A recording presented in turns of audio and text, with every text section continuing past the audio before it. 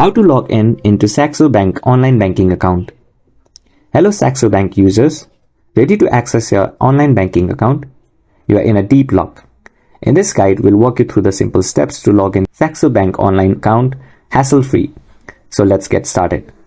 Open your default web browser in your device and search for Saxo Bank login into the search bar. Hit enter to initiate the search and look for the official Saxo Bank website. Click on the link that directs you to the Saxo Bank online account. Once on the login page, you look for the option to log into the platform. This may be labeled as platform login or something similar. Click on the platform login option to proceed. You may be directed to a page where you'll need to enter your Saxo Bank username and password. Then enter your Saxo Bank username and password in the designated fields. Double check your entries to avoid any typos or errors in your information.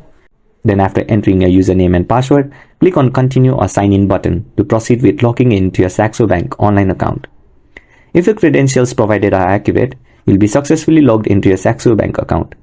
Upon logging in, you'll get the access of your account dashboard, and this is how you log into your Saxo Bank online banking account.